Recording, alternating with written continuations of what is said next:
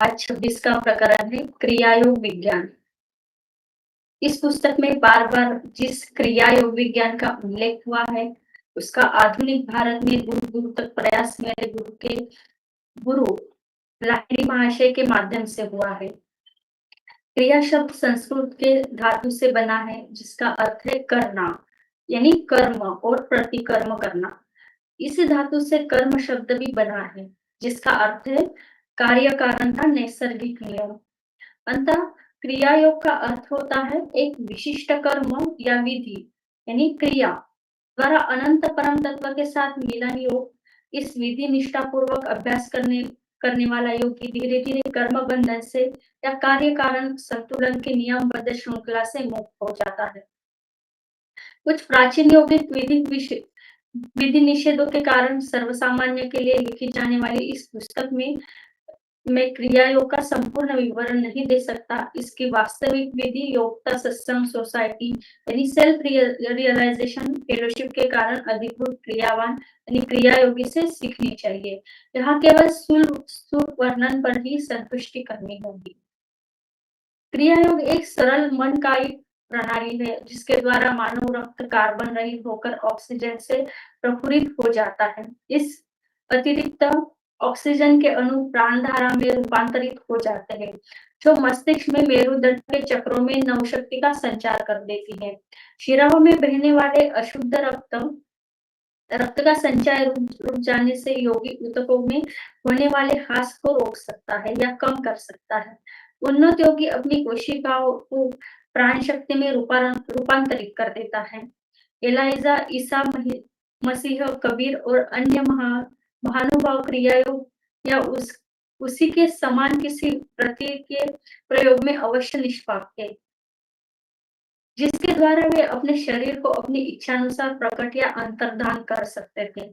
क्रियायोग एक प्राचीन विज्ञान है। लाहिड़ी महाशय को यह उनके महान गुरु बाबाजी से प्राप्त हुआ था, जिन्होंने अंधकार युग में इसके लुप्त हो जाने के बाद फिर से उसे प्रकट परिष्कृत किया है। बाबाजी ने इसे क्रियायोग का सीधा साधा नाम दिया है। बाबाजी ने लाहिड़ी महाशय से कहा, इस 19वीं शताब्दी में मैं जो क्रिया योग में विश्व को तुम्हारे माध्यम से दे रहा हूँ, यह उसी विज्ञान का पुनरुत्थान है जो श्री कृष्ण ने सहस्र शब्दियों में पहले अर्जुन को दिया था, जो बाद में पतंजलि, ईसा महिम, सेंट पॉल और ईसा महिम के अन्य शिष्यों को प्राप्त हुआ। भगवद गीता में भगवान श्री कृष्ण ने क्रिया योग की चर्चा 2 बार की है।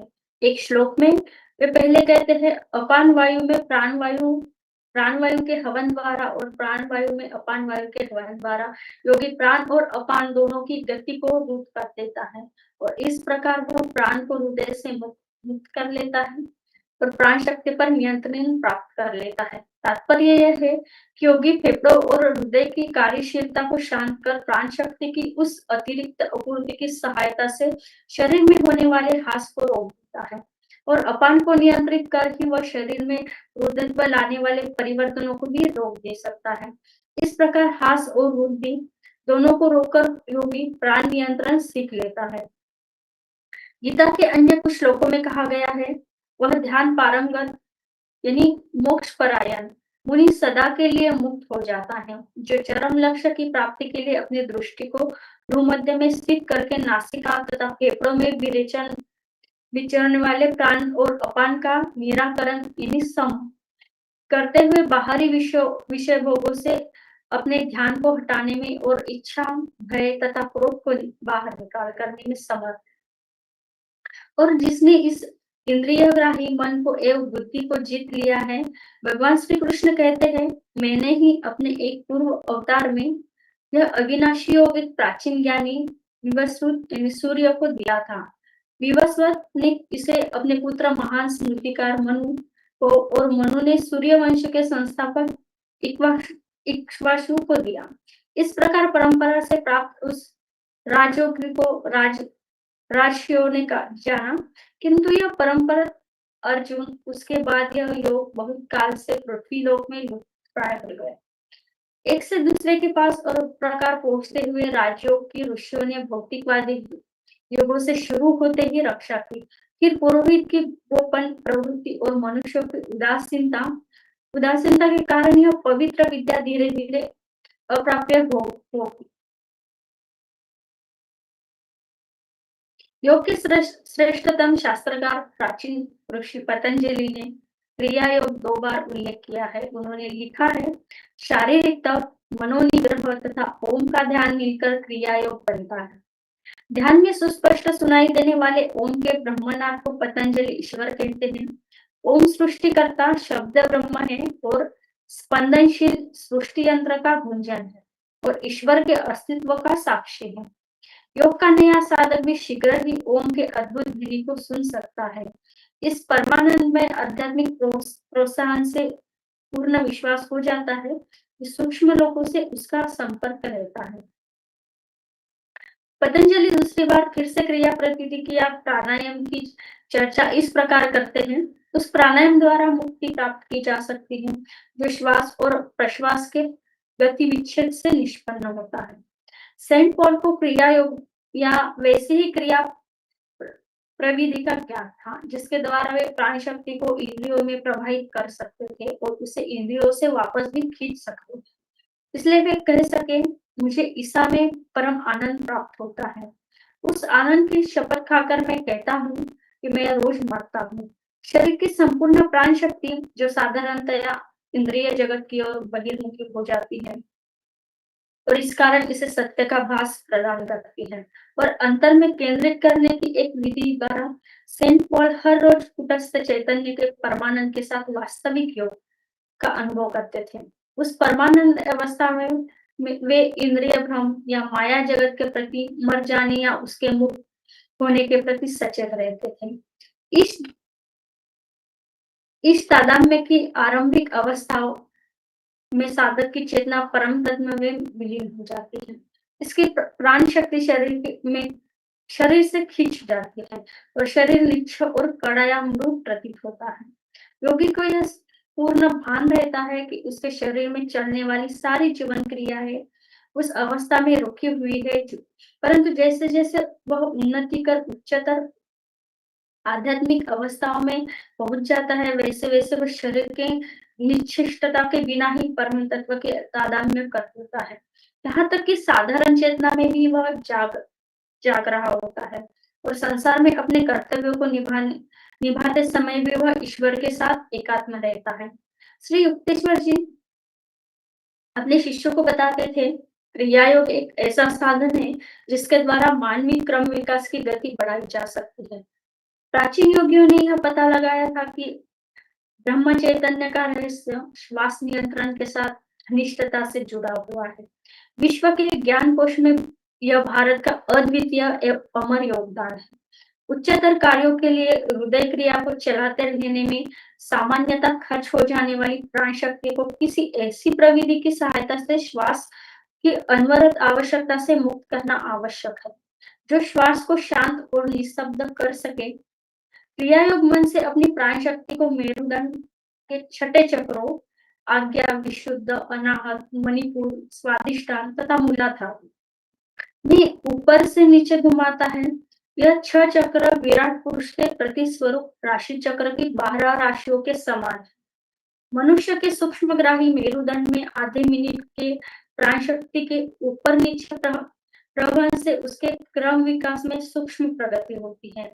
आधे मिनट की यह क्रिया 1 वर्ष की स्वाभाविक तौर पर होने वाली आध्यात्मिक उन्नति के बराबर होती है। मानव के सूक्ष्म देह में सर्वदर्शी आध्यात्मिक नेत्र रूपी सूर्य की परिक्रमा करने वाली 6 ध्रुवता की गणना से बाहर चक्र रूपी राशियों के और स्थूल जगत के सूर्य एवं 12 राशियों के बीच परस्पर संबंध है। इस प्रकार सभी मनुष्य एक आंतरिक और बाह्य विश्व से प्रभावित होते हैं। प्राचीन ऋषियों ने यह ढूंढ निकाला कि मानव की सांसारिक और आकाशीय परिस्थितियां उसे 12 वर्ष के कालचक्र के क्रम में स्वाभाविक उन्नति के उसके मार्ग पर आगे सरकाती है। शास्त्र दृढ़ता पूर्वक कहते हैं कि मनुष्य को अपने मानवीय मस्तिष्क को पूर्ण विकसित कर ब्रह्म चैतन्य को प्राप्त करने के लिए 10 लाख वर्षों की स्वाभाविक आदि व्याधि रहित विकास की आवश्यकता होती है। 8.5 घंटे की गई 1000 क्रियाएं योगी में एक दिन में 1000 वर्ष का नैसर्गिक विकास लाती है। एक वर्ष में 3,65,000 वर्षों का विकास। इस प्रकार क्रिया योगी 3 वर्षों में ही अपने जागरूक आत्म प्रयास के द्वारा परिणाम प्राप्त कर लेता है, जिसे करने में प्रकृति 10 लाख वर्ष लगाती है। कहने की आवश्यकता नहीं है कि क्रिया का जल्दी पहुंच देने वाला यह छोटा मार्ग अत्यंत उन्नत योगियों द्वारा ही अपनाया जा सकता है। गुरु के मार्गदर्शन में ऐसे योगियों ने उग्र अभ्यास से उत्पन्न शक्ति को सहन करने के लिए अपने शरीर एवं मस्तिष्क को सावधानी पूर्वक तैयार किया होता है। क्रिया योग का एक नया साधक दिन में 2 बार केवल 14 या 24 क्रिया करने के साथ अपनी साधना शुरू करता है। अनेक योगी 6 या 12 या 24 या 48 वर्षों से मुक्ति के अपने लक्ष्य को पा लेते हैं। जो योगी कैवल्य ज्ञान की प्राप्ति से ही पहले ही दिवंगत हो जाता है, उसके साथ क्रिया प्रयास के अच्छे कर्म संलग्न रहते हैं। अपने नए जन्म में वह अपने चरम लक्ष्य की ओर स्वाभाविक रूप से प्रेरित होता है। सामान्य मनुष्य का शरीर 50 वाट के विद्युत बल्ब के समान होता है, जो क्रिया के अत्यधिक अभ्यास से उत्पन्न करोड़ों वाट की विद्युत शक्ति को सहन नहीं कर सकता। क्रिया की पद्धतियां ऐसी है, ये अभ्यास करने में आसान है और निश्चित रूप से फल देने वाली है, और इनसे किसी प्रकार की हानि की कोई गुंजाइश नहीं है। उनके अभ्यास को धीरे धीरे बढ़ाते जाने से मनुष्य के शरीर में दिन प्रतिदिन सूक्ष्म परिवर्तन होते जाते हैं और शरीर अंततः उस महान प्राण शक्ति की अनंत संभावनाओं को व्यक्त करके योग्य हो जाता है, जो सृष्टि में परम तत्व की प्रथम सक्रिय अभिव्यक्ति है। अनेक मार्गभ्रष्ट उत्साहोन्मुख व्यक्तियों द्वारा सिखाए जा रहे विज्ञान विरुद्ध श्वास व्यायामों में क्रिया योग में कहीं कोई भी साम्य नहीं है। फेफड़ों में बलपूर्वक श्वास को रोक कर रखने का प्रयास करना अनैसर्गिक है और निश्चित रूप से कष्टकर भी। इसके विपरीत क्रिया अभ्यास में शुरू से ही शांति और मेरुदंड में रहे पुनर्जीवित प्रभाव के प्रशमकारी संवेदन अनुभव होते हैं। यह प्राचीन यौगिक प्रविधि श्वास को मनसत्व में परिवर्तित कर देती है। जैसे जैसे आध्यात्मिक उन्नति होती है, वैसे वैसे साधक श्वास को केवल एक मनोधारणा के रूप में जानने लगता है। मन का एक कार्य मात्र स्वप्न श्वास। मनुष्य की श्वास गति और उसकी चेतना की भिन्न भिन्न अवस्थाओं के बीच गणितीय निश्चितता के साथ स्थिर संबंधों के अनेक उदाहरण दिए जा सकते हैं। किसी व्यक्ति का चित्त पूरी तरह मग्न हो, जैसे किसी गहन बौद्धिक वाद विवाद में या किसी असाधारण नाजुक कठिन शारीरिक कसरत करने में होता है, तो उसका श्वास अपने आप बहुत धीरे धीरे चलता है। चित्त की मग्नता श्वास की धीमी गति पर निर्भर करती है। भय, काम, क्रोध आदि हानिकारक भाववेगों की अवस्थाओं में श्वास अनिवार्य रूप से तेज या असमान गति से चलता है। 1 मिनट में 18 बार श्वास लेने की मनुष्य की गति की तुलना में चंचल बंदर बार श्वास लेता है। अपनी दीर्घायुता के लिए प्रसिद्ध हाथी, कछुआ, सांप तथा अन्य जीवों की श्वास गति मनुष्य से कम होती है। उदाहरण के लिए विशालकाय समुद्री कछुआ, जो 300 साल तक जीवित रहता है, 1 मिनट में केवल 4 बार श्वास लेता है। निद्रा से नवस्फूर्ति प्राप्त होती है। उसका कारण यह है कि निद्रा के दौरान मनुष्य का शरीर एक श्वास के प्रति प्रति अचेत होता है। निद्राधीन मनुष्य योगी बन जाता है। हर रात वह अचेतन रूप से देहात्म भोग से मुक्त होने एवं प्राण शक्ति को मस्तिष्क के मुख्य भाग तथा मेरुदंड के 6 चक्रों के शक्ति केंद्रों में बहती स्वास्थ्यकारी धाराओं में विलीन करने की योगिक क्रिया को संपन्न करता है। इस प्रकार मनुष्य निद्राहीन होकर उस महान प्राण शक्ति से पुनरावेशित हो जाता है, जो समस्त जीव जगत का प्राणाधार है। योगाभ्यास करने वाला योगी एक सरल प्राकृतिक प्रक्रिया को सोने वाले व्यक्ति की तरह अचेत रूप से और मंद गति से नहीं, बल्कि सचेत रूप से करता है। क्रिया योगी अपनी प्रविधि को अपने शरीर की समस्त कोशिकाओं कोशिकाओं का अक्षय प्रकाश से सराबोर करने के लिए इस प्रकार उन्हें आध्यात्मिक चुंबकत्व की अवस्था में बनाए रखने के लिए प्रयुक्त करता है। वह वैज्ञानिक रूप से श्वास को अनावश्यक बना देता है और अपने कभी निद्रा, अचेतनता तथा मृत्यु की अधोमुखी अवस्थाओं में नहीं जाता। माया के अधीन या प्रकृति के नियमों के अधीन जीने वाले मनुष्य में प्राण शक्ति का प्रवाह बाह्य जगत की ओर होता है और इंद्रियों में व्यय हो जाता है तथा उसका दुरुपयोग होता है। क्रिया योग का अभ्यास इस प्रवाह को वापस मोड़ देता है। प्राण शक्ति को मन के द्वारा अंतर्गत में ले जाता है, जहाँ प्राण शक्ति मेरुदंड की सूक्ष्म शक्तियों के साथ पुनः एक हो जाता है। प्राण शक्ति को इस प्रकार पुनः बल मिलने से योगी के शरीर एवं मस्तिष्क की कोशिकाओं को एक आध्यात्मिक अमृत से नव शक्ति प्राप्त होती है, जो केवल प्रकृति और उसकी दैवी योजना के अनुसार अपना जीवन व्यतीत करते हैं। वे उचित आहार, सूर्य प्रकाश तथा सामंजस्यपूर्ण विचारों के द्वारा 10 लाख वर्षों में आत्मज्ञान प्राप्त कर लेंगे। मस्तिष्क रचना में किंचित सा परिष्कार ला पाने में भी सामान्य स्वस्थ जीवन के 12 वर्षों की अवधि लग जाती है। इस हिसाब से यह अपेक्षा की जाती है कि 10 लाख वर्षों की अवधि में मस्तिष्क रूपी भवन की इतनी शुद्धि हो जाएगी कि उसमें बाह्य चैतन्य प्रकट हो सके। परंतु क्रिया योगी एक आध्यात्मिक विज्ञान को प्रयुक्त कर प्रकृति के नियमों के इतने लंबे समय तक सावधानी पूर्वक पालन की आवश्यकता से अपने आप को मुक्त कर देता है। आत्मा को शरीर से बांध कर रखने वाली श्वास रूपी डोरी को खोलकर क्रिया दीर्घायु प्रदान करती है तथा चेतना का अनंतता में विस्तार करती है। यह यौगिक प्रवृत्ति मन और भौगोलिक इंद्रियों के बीच चल रही खींचातानी को समाप्त कर देती है। तब साधक जान जाता है कि उसका सस्वरूप न तो शरीर से बंधा है न तो श्वास से, जो मत्स्य मानव के हवा का दास होने का तथा प्रकृति के पंच महाभूतों के आगे विवश होने का प्रतीक है। अपने शरीर एवं मन का स्वामी बनकर क्रिया योगी अनंत अंतिम शत्रु मृत्यु पर विजय पा लेता है। ऐसे करोगे तो तुम मृत्यु का भक्षण जो मनुष्य का करती है भक्षण, यहाँ जब मृत्यु ही एक बार मर जाए तो फिर मरना कहाँ।